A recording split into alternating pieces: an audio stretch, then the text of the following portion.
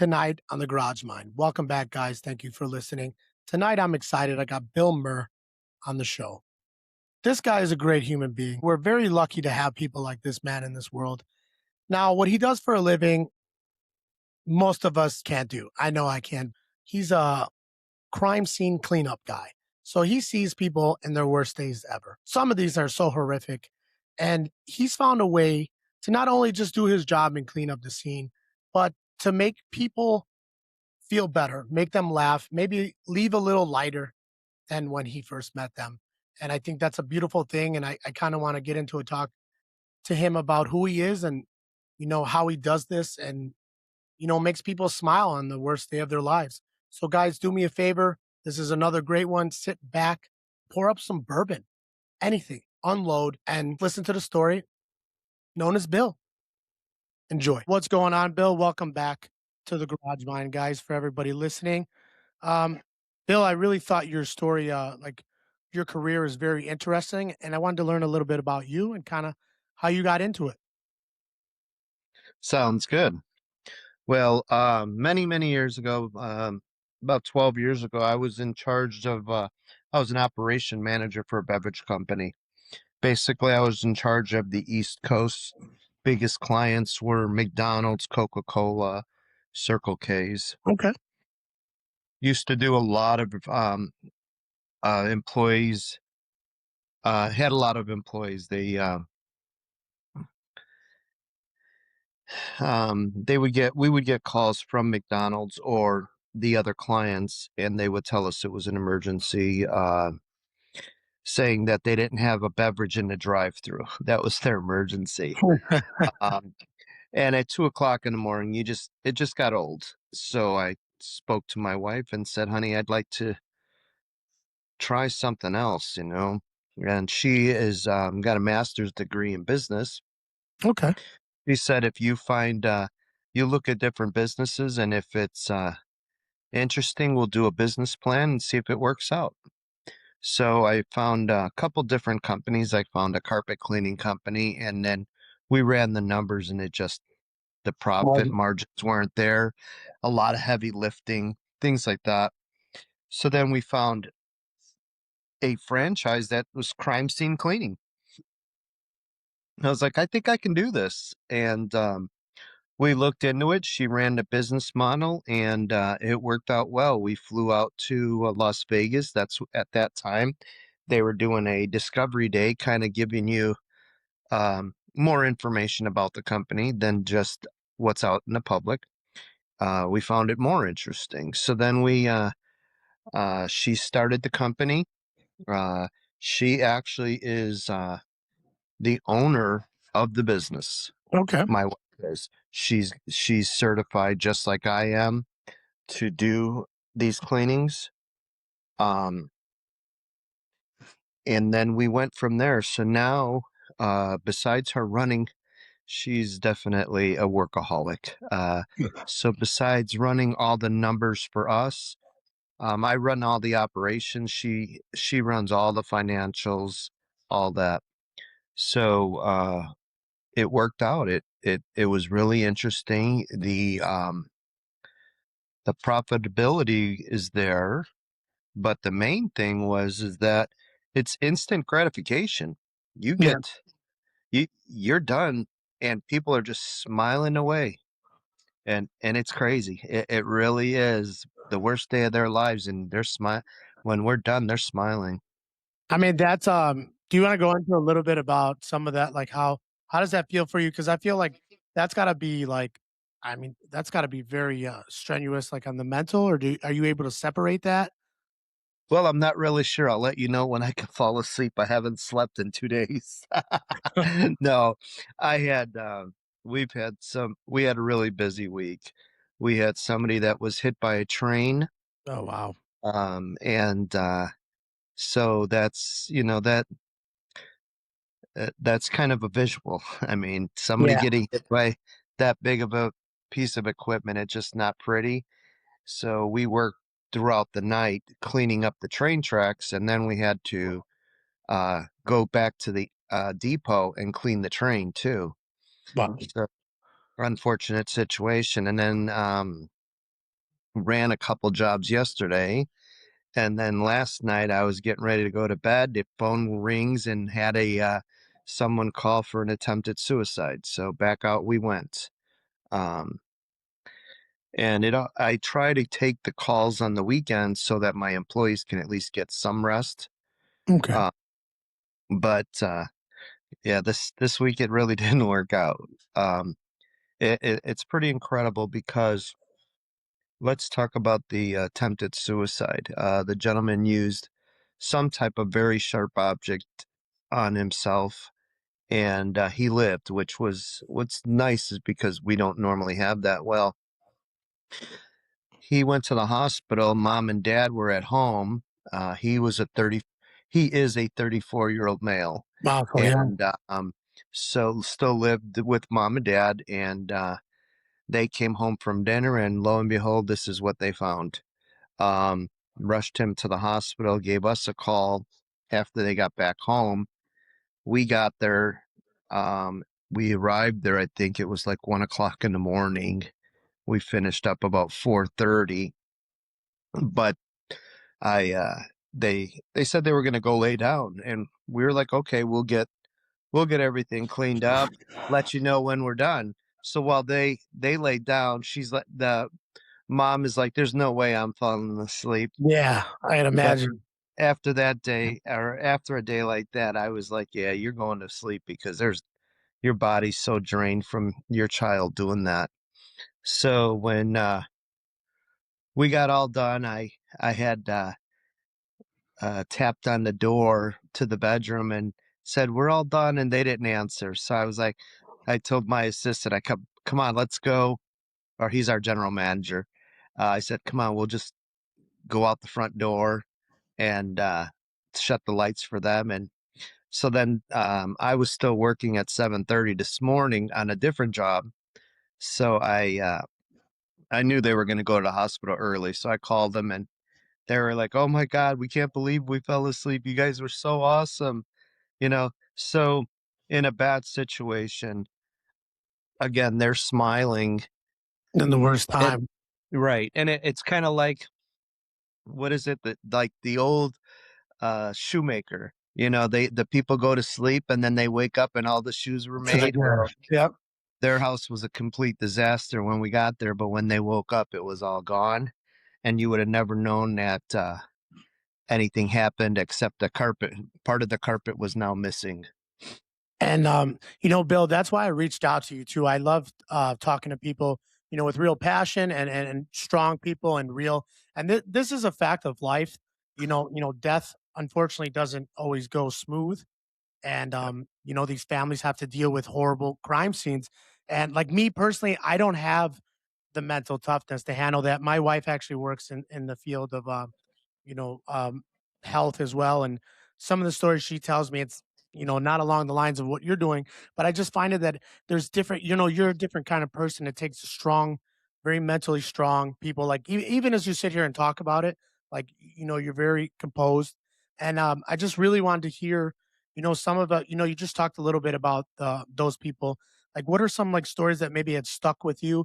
Like, because like when I reached out to you, I said, and you find people in their worst times, worst moments, and you make it a little better for them, whether they can forget that something happened there, or maybe you talk them down. What are some stories that along that way have stuck with you?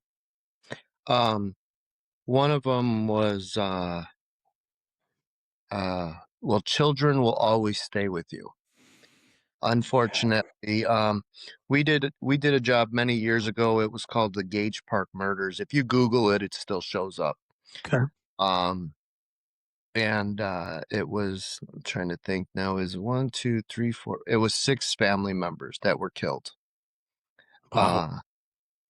Uh, oh, I'm sorry. Yeah, six family members, and there has been somebody that was convicted for it, and it was a family member that they said did it. So, but one of them was Alexis.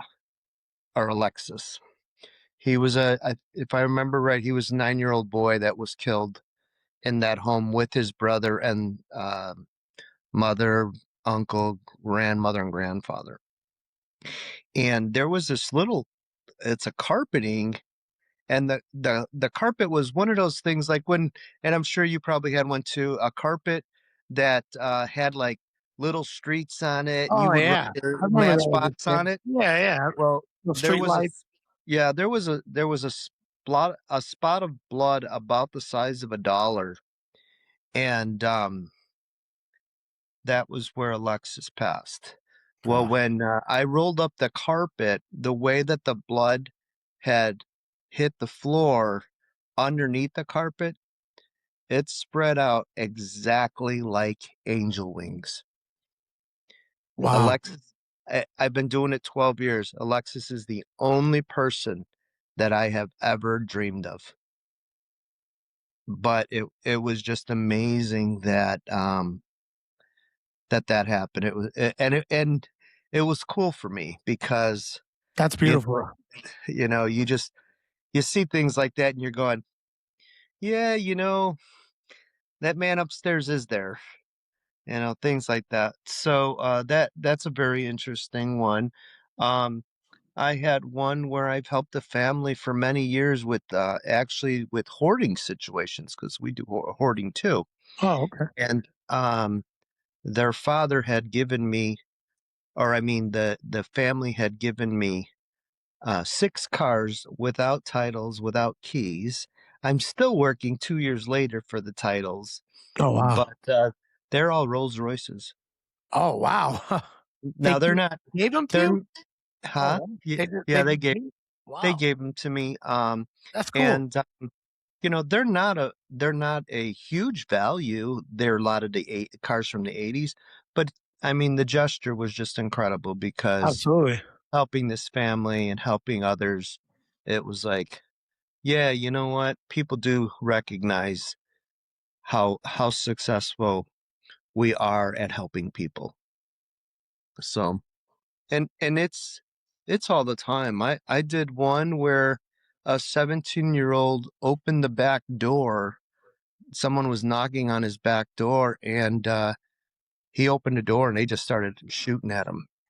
Well, Wow. while we were cleaning it, the mother was maybe 5, 6 feet away from me at the dining room table, just screaming the entire time. Understandable. I mean, if that was my child, I'd do the same thing. Absolutely. I was done. She smiled and gave me and the person that was helping me that day big hugs. And we're like, we don't know what we would have done without you. And just smiled. And it was pretty incredible. And it was not Chicago. Chicago is known for a lot of shootings. And it was one of those that year. Um, and it was pretty incredible. His friends were outside, and it was a tough part of town, and they were some tough guys. And I actually had some fossils that I had gotten out of somebody had given me that I did a job for, and they're like, "Do you want these fossils?" And I was like, "Sure, I'm sure I'm going to find somebody that I could give them to, something like that." So I had actually seen the boys out there, and I said, "Hey guys," I said, "I'm going to clean up your." This was right before I started. I said, "I know why you're here, and I know that they're going to be taking out your friend out of the back door real soon, and then I'm going to go clean it up." I said, "And I know the vengeance that you guys have going through your minds right now." I said, "But what you don't realize is that this is just going to keep going on and on and on. If you're going to start something because they started something, and the only person that's going to win is me because I'm going to make money off of every one of you. And I don't want to make any money. I'd rather you put me out of business." And then I had given them these old fossils, and I said, it took over, it probably took about 1,000 years for this to be made. I said, and it's for you guys. So just know that somebody out here still cares about you. And if I'm willing to give you these things that are 1,000 years old, they're not huge, they're not of big value, Yeah. but it may remind you that, hey, you know what? he was right that day. If I kill this guy or shoot this person, that person's now going to come and get me. Now my family's going to suffer. Their families are suffering. It's just a vicious circle. I had never, I haven't seen the boys since, but hopefully, That was a I was win. help them. Yeah. You know what, Bill? Thank you, by the way. Listening to you right now, um, getting a little emotional as well too, because you're a good man, and I love real, and I love talking to real people, and there's nothing more real than what you're saying right now. Um, I'm a product of Chicago as well, and I grew up in not such a great neighborhood, and I wish people knew what you just said was beautiful. It'd just be a vicious cycle if you don't stop it. And Right. that was I mean, you may have changed those kids' lives right there saying that to them. Unfortunately, here in Chicago and Illinois, we do have a problem with shootings and murders and stuff like that as well. And I feel like a lot of it. This is why I wanted to talk to you too. I wanted to, because what I do here is real, and like I said, there's a real side and there's a passionate side, and obviously you got both of them. And like I said, death is real, and I feel like we hear something on the news and then we kind of just brush it off. It wasn't me, didn't happen to me, kind of thought. And you Yeah. don't get that luxury. You have to deal with it. You have to see it. And Yeah. And as the story goes, or as my heart goes, now I'm going to tell you a story that will probably shed tears, but it's an incredible story. 10 years ago, I had received a call. I was out of town at a police chief conference. It was from my old boss and my son's new boss. He said, "Check on your son. He's not, he seems off today. He left work." So I started calling my son. His name was Christian. Kept calling him and calling him and calling him. He didn't answer. One of my employees was took our vehicle and did some work and was coming back. The state police were at the house. I didn't know why the state police would be at my house. Well, in Illinois at the time, and I don't know if it's still what they do or not, but if you're the parents, um, and your child dies, they they have to talk to a family member. So I had but they wouldn't tell me over the phone what happened. So they drove from Naperville to Mokina, where my brother lived, to tell my brother before me that my son had committed suicide. Um, so the business that I'm in doesn't mean that I'm not susceptible.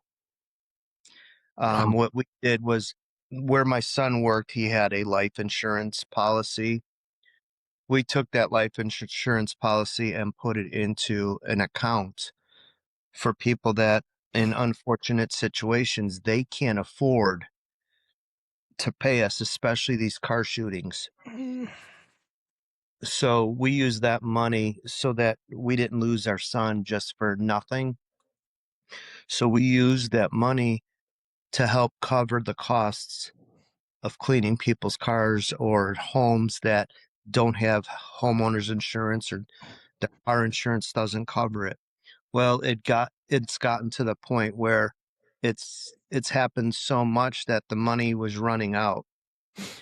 So the jobs that we do, um, especially for insurance jobs, they're pretty profitable. So we just decided that we were going to take 10% of that money and start putting it back into that account. In the meantime, we were looking at foundations, just to make a foundation for Christian. Yeah. The lawyer said, "Well, it's going to be at least $5,000 for me to set everything up for you guys." We were like, $5,000 could help so many families. So we kept it private, and we used our part of our profitability to continue to help others.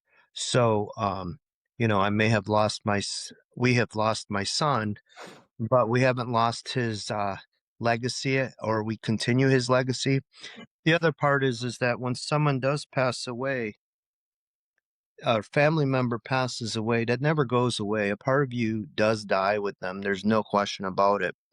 But if someone in close to you or in your family, whatever it is, passes away, we can all look at it as a negative way, a negative thing. But to help us try to move on day by day, you figure out how can I how can I take this loss and make out a positive thing? And that's what we did was we made it a positive thing so that we can continue to help people. Um, so I've done it many times. I've also there was a shooting at Mercy Hospital in Chicago many years ago, and we did that cleaning. And I had gotten a call for somebody else, or I got a call at a house for something totally different. There was a wild cat got underneath the house, and they couldn't get it out, and it was urinating, and it's a biological thing, so we help with those odors too. Something So different. yeah, so I went there, and the person that was there that I was talking to, she kept saying, "Yeah, I have to live in the city," and people that have to live in the city work for Chicago. Yeah. So I'm like, okay, so she must be a police officer, a fireman, or something like that. So I had asked her about it, and she said, "I'm a police officer." And I said, "I got to tell you this story. It's an incredible story about someone I didn't know." And she says, "What's that?" And I said, "I did a job where I had to clean up at a medical facility, and the a person, the person that I part of what I cleaned up was a gentleman that was a police officer, was shot in the neck. He walked 132 feet getting shot in the carotid artery. After that, he walked 132 feet before he collapsed. Wow. Uh, and I did. Uh, I'm positive of that because I counted the ceiling tiles, which were all 2 foot each. Um, but what I was told was after that they had put a doctor ran out while the shooting was still going on, and him and a nurse dragged this gentleman into the ER. They started working on him, and unfortunately passed. While I started telling the story, she was crying, and I'm like, "Yeah, it's a pretty touching story, and I understand." But she was crying more than normal. No. She was at the hospital that day. That was her partner. Oh. So, I mean, it was devastating. And I had told her the same story I told you about my son. Yeah. And, what it was her partner's wife obviously was struggling pretty bad. She actually started helping his family after he passed. So she was helping him, helping her at the house. So they had wrote me a check for the job, and she handed it to me before we started talking about it.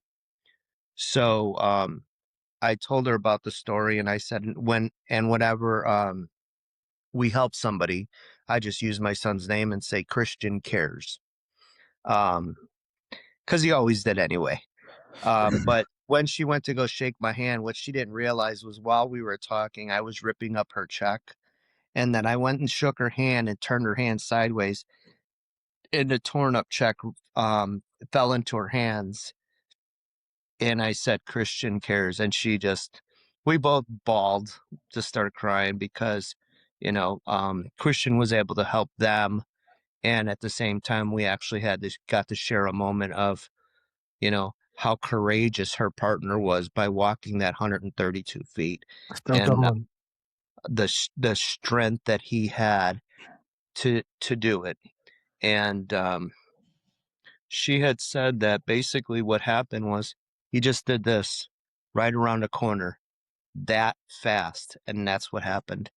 So, Um, you know, I just tell people, you got to appreciate life because it's a split second it could be gone. So, I just want to go back a little bit, Bill. I'm trying hard not to cry here either, man. You are a strong individual, and God bless you, and God bless your thank you. son. And Thank you know, man, I'm really loving talking to you too, brother, because man, there's not enough people like you guys in the world, like you, sir. A lot of people are me people and don't give back to the community, and Absolutely. if there were more people like you, I think we'd be a little better off in this world. And some you touched on too. Life is very precious, and I think we forget that. We get wrapped up in whatever Yeah. our stress and our drama is. But I love how you did, because you said earlier that when we lose somebody very special to us, we lose a part of ourselves. And unfortunately, like, I went through that as well, and for a long time I was just kind of bitter about it, kind of dark. But I Yeah. love what you did. I kind of just tuck it back in my memory, but that's and I secretly do what you do.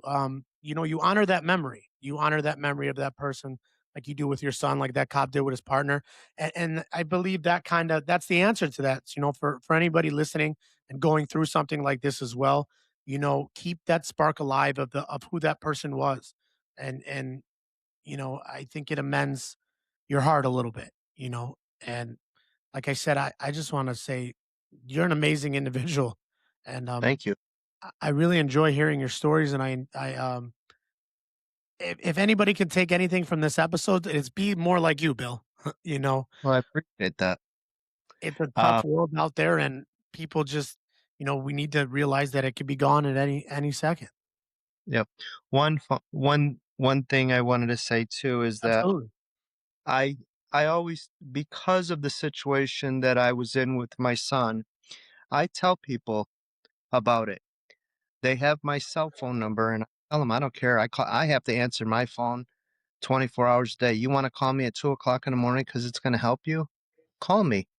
But um, when my son passed away, a couple weeks later, we cleaned. I was having a lot of trouble because his bedroom was right off the kitchen, and he used to keep the door closed. So I would always, after he passed, I always wanted the door open, and then it kept bothering me a lot. So my wife said, "Why don't we try to make that into an office?" We cleaned his bedroom out, cleaned all his stuff out of there, swept the floor, and the next morning I went there and I went in the room and I was just going to mop the floor, just finish it up. But everything was swept except there were 3 dimes on the floor.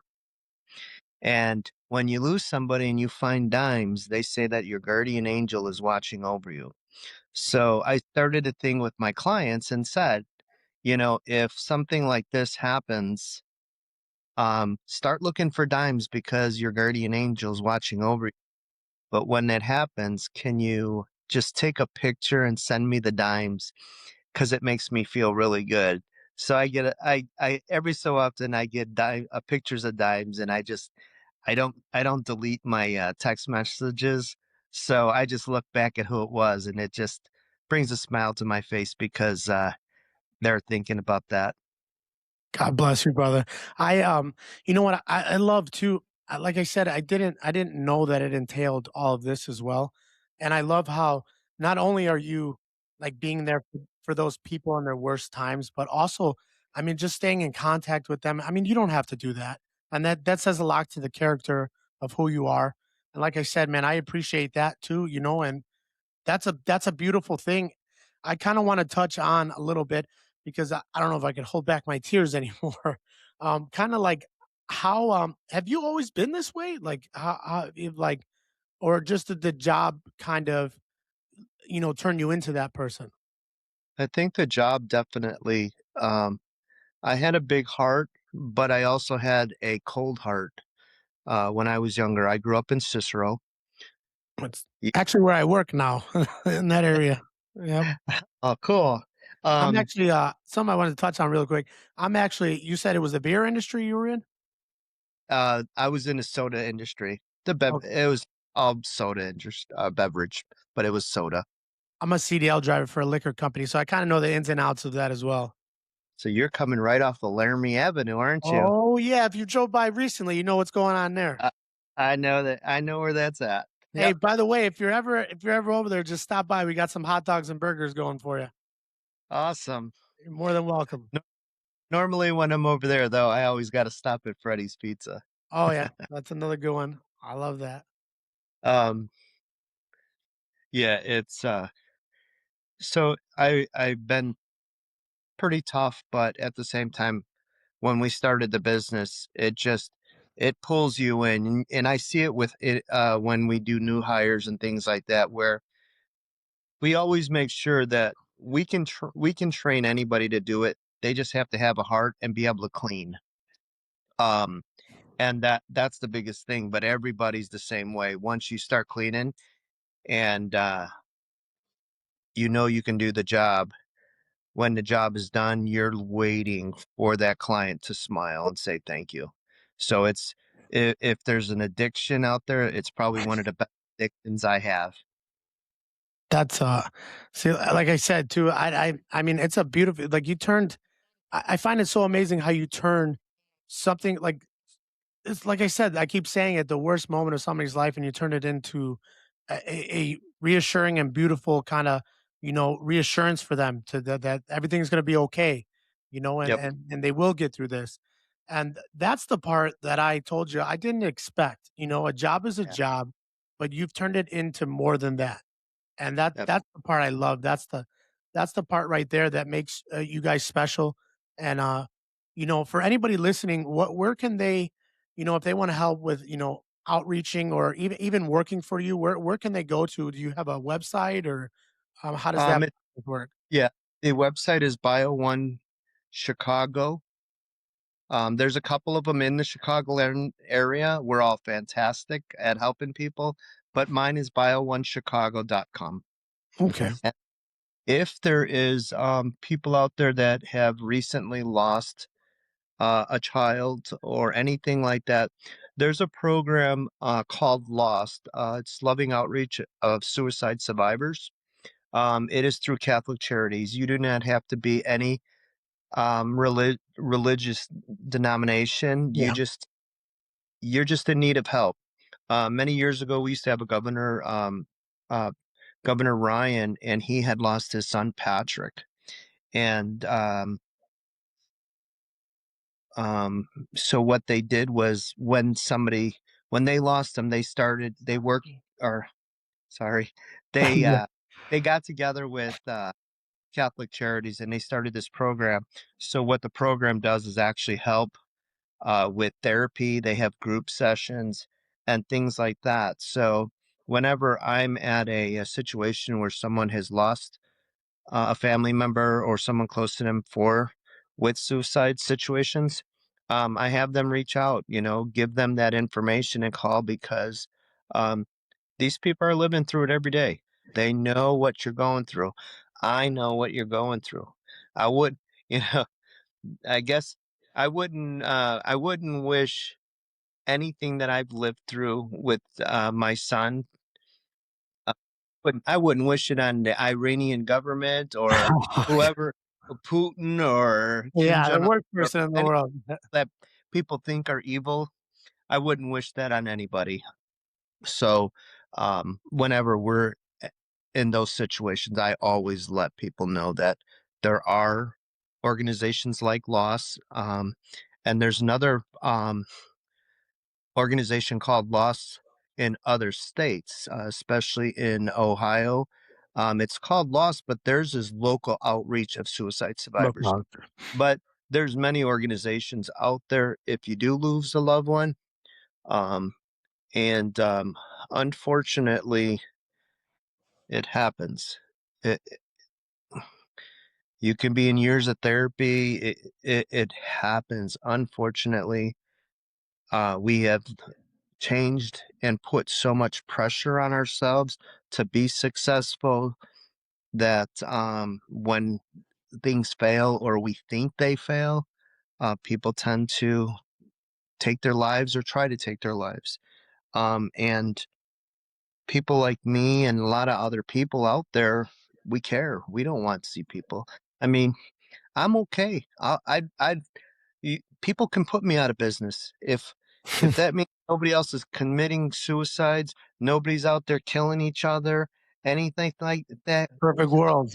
Be I'll beautiful. clean, I'll clean up boarding houses. I'll clean up mouse poop or cat poop.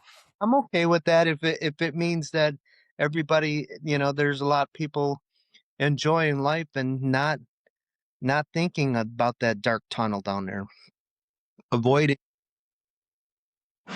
Yeah. Yeah, so Um, Loss is an incredible organization. I have the only thing I do for them is I donate to them. okay. I don't have any personal ties to them, anything like that, but I thought it was a pretty incredible thing that was out there for people in our situations. You know what, Bill, too, and you said it. Unfortunately, these are, this is a way of life. Death is a part of life, and like I said earlier, it doesn't always go as good as people would like to imagine it does. There's dark situations as well too, and like I said, my personal thing, I kind of just shoved it away, and I still don't think that's the right thing to do, and I love that there's programs like this that you could reach out because I believe talking is the best way, and getting out there and hearing other people and that have gone through that as well. And if anybody's listening needs those, please check out those places as well. Um, because you said it earlier, being life is different now. It definitely is. There's a, especially with social media and all the content creators and stuff like that. Like there's a way of people think they should be at a certain spot in their life, or it should look a certain way, and that's just not real. Some of us live normal 9 to 5s and should be proud of who we are, the families we built, whatever you're doing from, any job. I always show everybody, I was raised by my grandfather, and I was always taught to show everybody with the same respect. There's nobody better. There's nobody higher. I'm religious, so I believe in God. I'm a Catholic, so there's one higher in my eyes. But even if you're not religious, nobody's better. We're all the same. We're people going through that. We have Yep. mothers, we have fathers, we have children. You know, I think we have to just focus on being happy with who we are and not put our lives, look at somebody else's life and say, I wish I had that, or I wish I had this. And, unfortunately for the families that have to go through the dark times like you run into, I'm glad they have you, Bill, because, you are a special type of person, and what you're doing, and your wife. I mean, I hope never to run into you, but And if I that, do, I hope it's you because, man, yeah, you've really, and I'm sure everybody listening, you've touched my heart. I did not think this conversation was gonna go this way. yeah. I didn't realize everything that you do. I mean, you are a special person, and man, I just God bless you, brother. And, I had a question for you. yeah, go ahead. How many people do you think are touched or are affected by one person's suicide on an average that you do not know? Like a number? Because I think a lot more Uh, are than A, I know.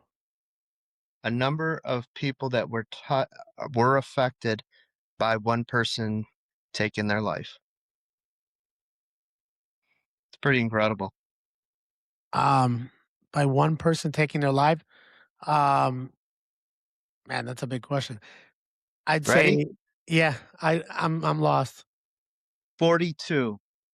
42. 42 people that didn't know you.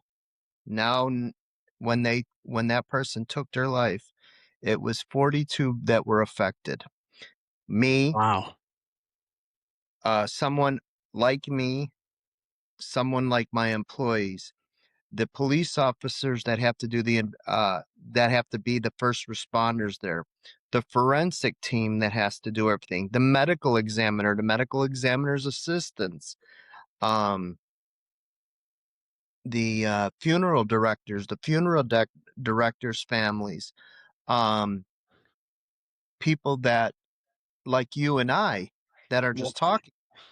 We are affected by this. So the national average is 42 people that didn't know you were now affected by that decision. 42 people that cared about you and you didn't even know they were alive. Unfortunately, that's one of the hardest parts. I had a friend too, and you talked about it earlier. Like that's another thing too. The police, everything they see in Chicago. I had a friend that took his life as well, and didn't even know anything was wrong. He was a CPD officer, and it's just. I mean, that's a bigger story in itself. There's so much you don't know going on in people's lives, especially when they see.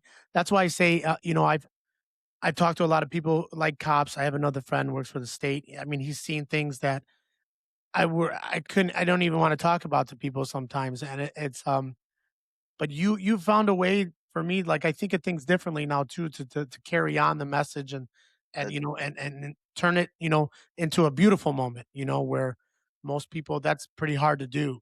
And I know One of going. Go ahead.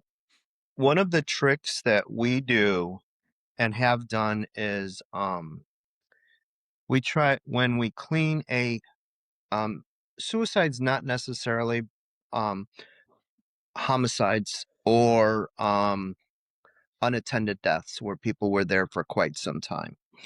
We um we try to call the police department when we're done Okay. and them if the first responding officers are working that day and if they could stop at that house. The reason I like to do that is because what people don't understand is that these things that these police officers are seeing are horrendous and they're seeing everything. When they go home, that picture is still in their minds. The way our brains work is by pictures. We only can picture things. So the way our brains work is the last thing you see is the last thing you remember about that situation. So we try to call them when it's all cleaned up so that they can come back and see it so it cleans their brains a little. Go back to that original story I told you about the 6 people and Alexis. Yeah. We were actually back in the house um, a couple months later. Oh, this was 3 months later, and we had called that district in Chicago and said we're going to be in the house. The family has allowed us to package stuff up, bring it to the local church so that they can actually send it to Mexico for children in Mexico where the family had originally came from. So the 2 police officers had stopped by and they're like, "What are you doing here?" And we're like, "Well, we called your district, let them know that why we were in the house because it was national news for that job." Yeah. So when I started talking to them, I said, "We got it all cleaned up and we're doing this." And they're like, "Yeah, we haven't slept in months because of this." And I said, "Were you the first responding officers?" And they're like, "Yeah." And there was a big thing on the news about one of those gentlemen that day that had put stuff out on the air about the way it looked. And I'm like, "Why don't you guys come take a walk with me?" They walked in that house and they were like, "Oh my God, I can't believe it." But they're describing as we're walking through which person was where. And I mean, all the details of what they seen. Well, um, they seen that it was all cleaned up and it didn't look like anything ever happened. As I was walking them back out, they both turned to me and said, "You know what? We really appreciate you letting us know. We're probably going to sleep really good tonight because that picture of the family, the children are now cleaned. Everything is clean. So it cleanses their heads. So that's one of the things that I know that people are really hard on the police.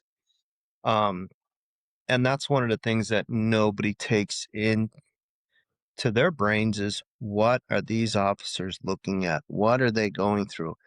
What they see in one day, most people will never see in a lifetime.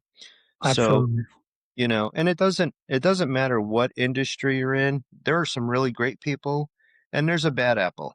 And the bad apple does give people bad names. That's But life.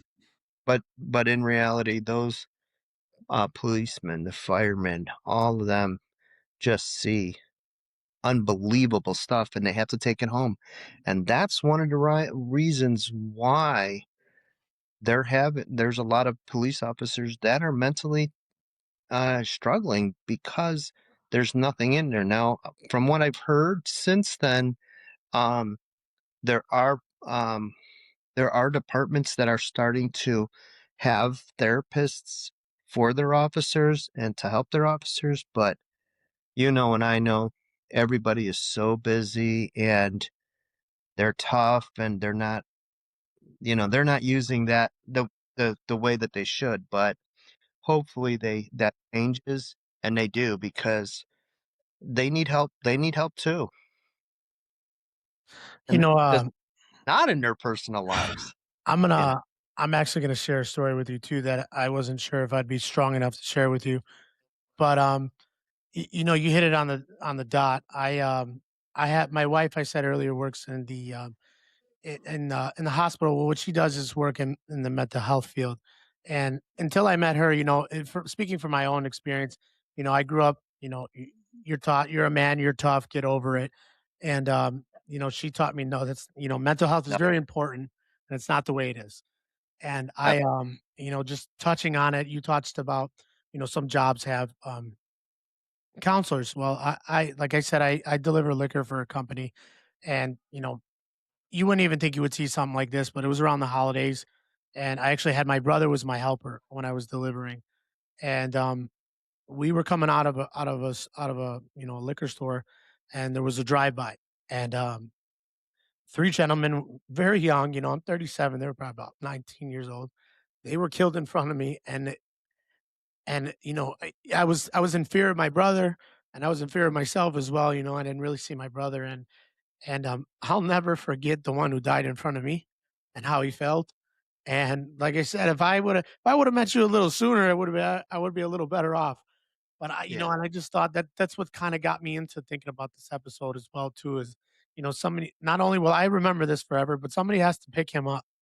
Somebody has to clean him up and has to clean up the car that he bled on, and that's tough, and it takes a real strong person to deal with stuff like that.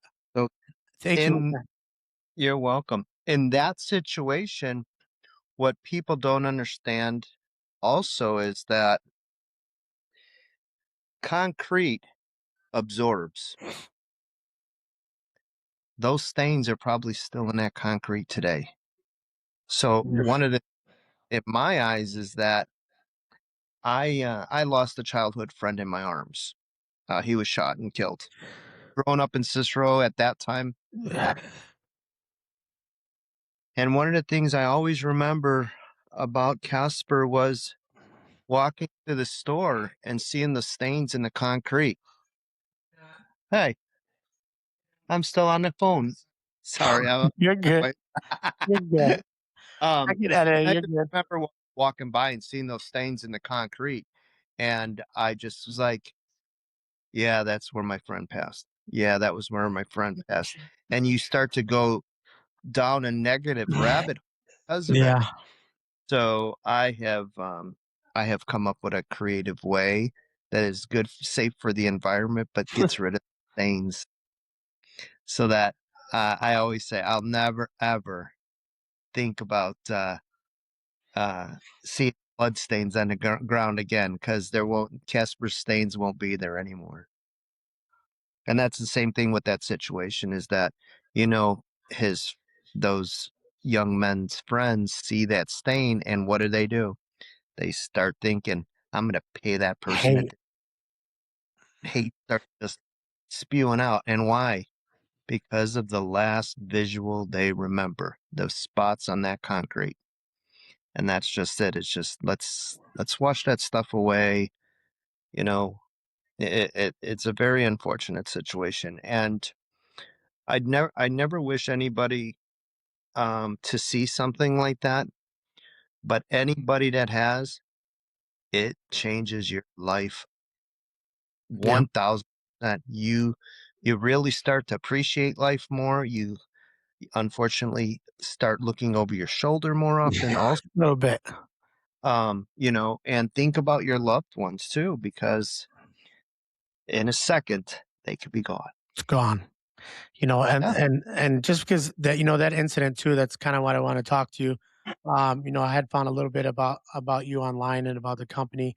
And it's just I like talking about real stuff. And I feel like Hollywood, you see it CSSI or whatever, NCI, they make it so glamorous, and that it's really it's not. And we know that, but I don't know why we, don't pay respect to people like you more, and show the real things. But that's Hollywood. But kind of sure. on that topic, what is like, because I didn't know you do other things as well besides that. What is like a day to day for somebody who works for you, or what is your day to day like? Just kind of paint the picture for the audience. Chaos. Uh, we're the we're the firemen of Biohazard. If Okay. it comes in, we're on our way. Doesn't matter. Um, somebody is on their way. Um, so we have what we've designed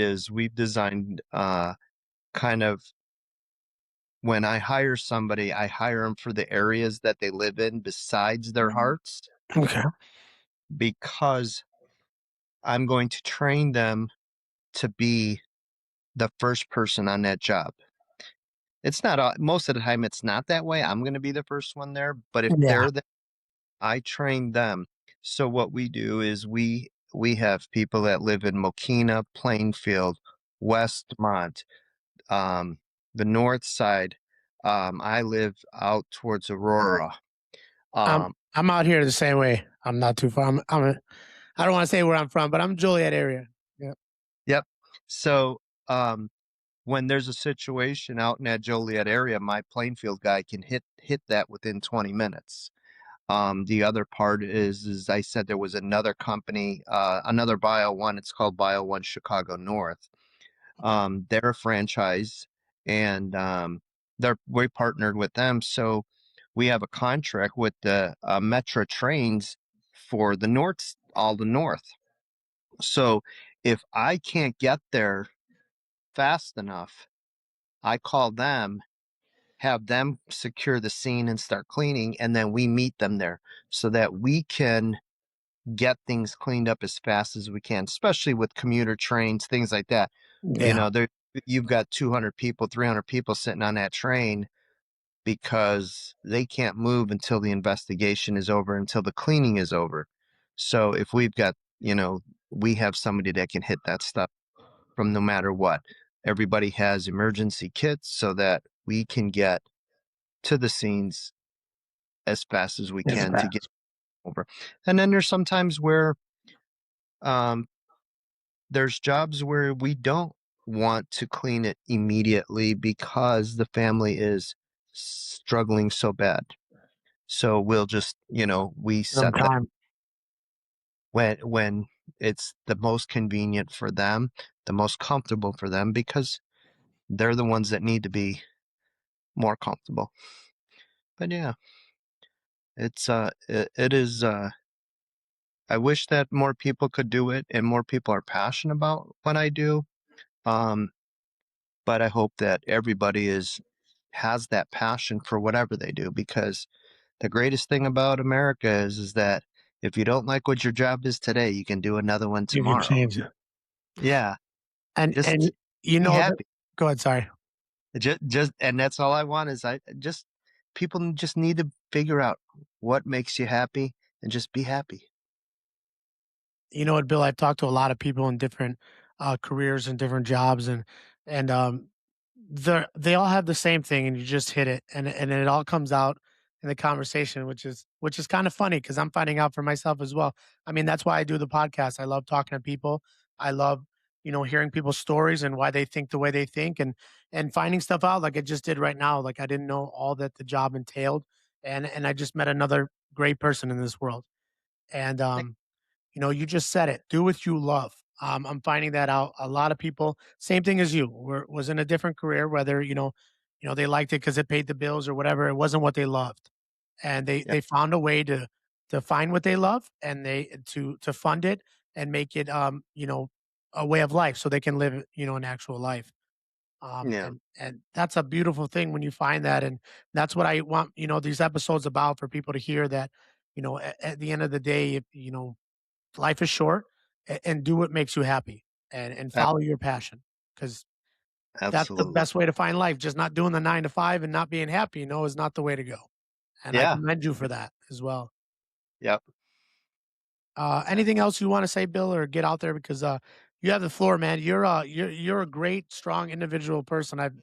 I can't say I've met anybody like you yet that is emotionally as strong as you and has one of the best outlooks that I've ever seen on life. Thank you. Um, we're talking about training and how, for my employees, like you said, I can train anybody as long as they have that passion at heart for what they do. One of the first things I train my employees are is don't ask anybody how they're doing today. When you're going to a scene, you know how they're doing. So what we tell them is that I'm really glad to meet you today. I just wish it was under better circumstances. And then you had hit on it earlier about you hope you don't see me in a way Well, because in a that's in a right, professional right. fashion. So our thing is when we're all done with the job, we just smile at them and say, "Listen, how about we not meet like this? If you're going to have a barbecue and you want to invite us, we'll be happy to come, but let's never meet like this again." And they smile all the time and say, "Yeah, I'm good with that." Absolutely, that's a good one. That's what I love. I mean that, like I said, I can't say it enough. You taught me some, and I'm inspired by you, man, and Awesome. inspired by your team and your wife and everybody a part of it. It's just this is unfortunately something that's going to happen in life, and to have people like you guys on the scene, and to make, to even get a laugh out of somebody at a time like that. I mean, that's a Yeah, beautiful thing, brother. I just yeah. God bless you, man, and Thank I'm you. glad there's people like you, and I just wanted to say thank you again. It was an You're honor very, to speak to somebody like you, brother. And very. if there's Thank anything you. else you want to get out before the end here, or you want to let anybody know before we cap it up here.